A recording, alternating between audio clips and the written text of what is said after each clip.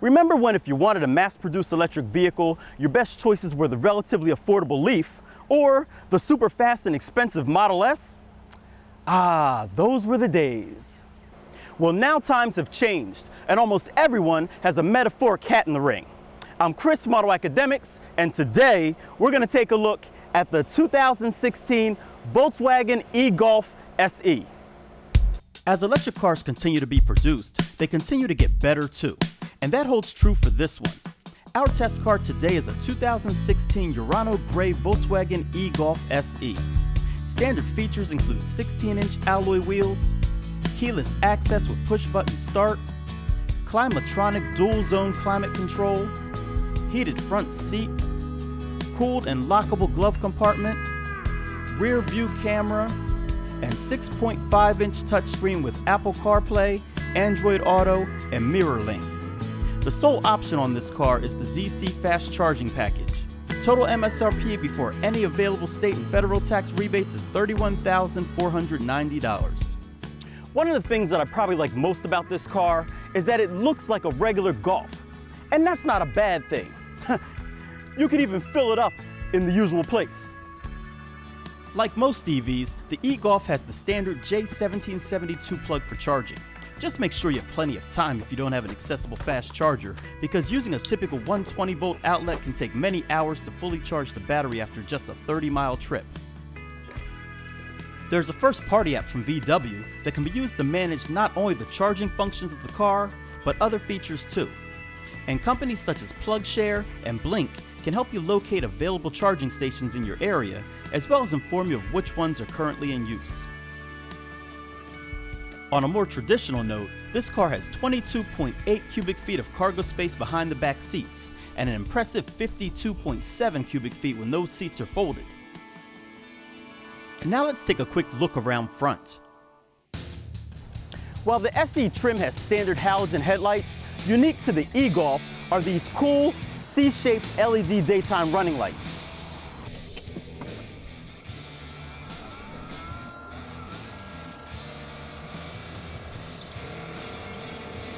Under the hood is an 85 kilowatt, 115 horsepower electric motor that is powered by a 24.2 kilowatt per hour lithium-ion battery.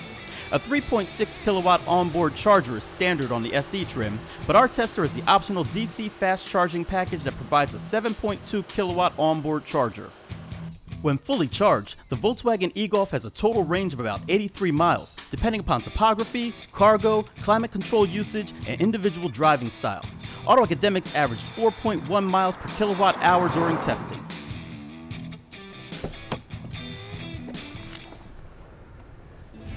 Climbing into the back seat, you can see there's actually pretty good room. The ceiling is tall, there's ample room for my knees, and the AC vents and armrests keep you comfortable too.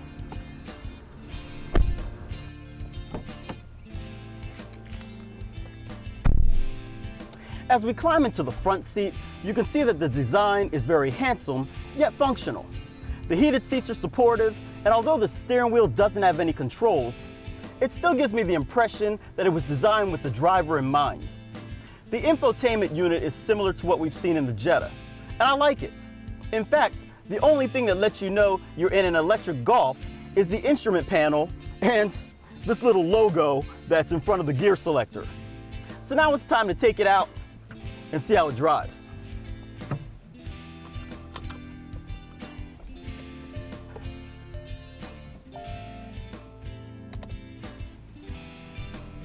So, I haven't driven a Golf in many years, but I've always heard about how well they drive. And this e-Golf actually helps to prove that point. The suspension is tuned very well.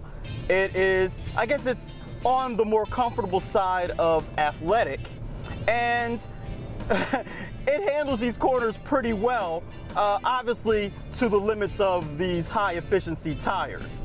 But that's what you'd expect in an electric vehicle. Throttle response is good, and as with these electric vehicles, you get 100% torque very early on. So when you get on the gas, the car starts moving pretty good. This e-Golf has 3 driving modes, and normal mode is where you get the best power. Unfortunately, you don't want to keep it in normal mode too much unless you're doing just very short trips, because obviously with more power means more battery consumption as well. But thankfully, you can switch through these modes, and so along with normal mode, you also have Eco and Eco Plus. Eco mode kind of tones things down a little bit.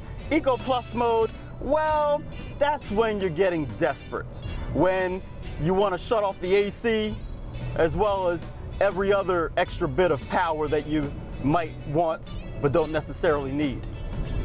This car has a range of about 83 miles, and well, that's about adequate, seeing as how the first gen Leaf had a few more miles than that, and the newly revealed Leaf, that actually has even more.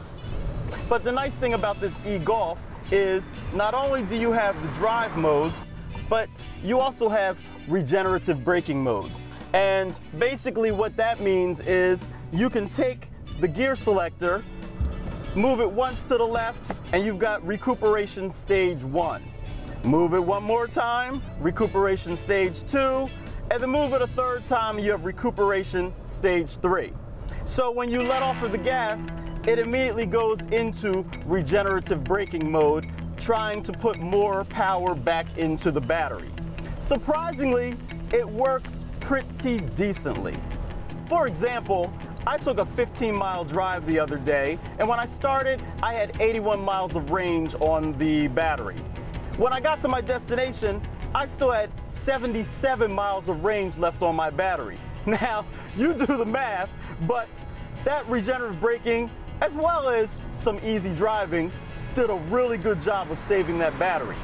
Now, I have to admit that a lot of that trip was downhill, and so it made the regenerative braking a lot easier to do, because on my way back home from that trip, well, let's just say I used up the rest of that battery. Speaking of the brakes, this car is done very well. Volkswagen has gotten the tuning of their brake system very good for this electric vehicle. You know, we've talked about hybrids and electric vehicles that have very grabby brakes when you try to use them. Well, in this particular car, you can modulate them pretty good. Another thing that I have to say is this car, not only is it stylish, but it's comfortable to drive as well. There's decent space for 4 people in here. You could squeeze a 5th person in if you needed to. If you have car seats, they all fit just fine. And for an electric vehicle, it's kind of fun to drive too.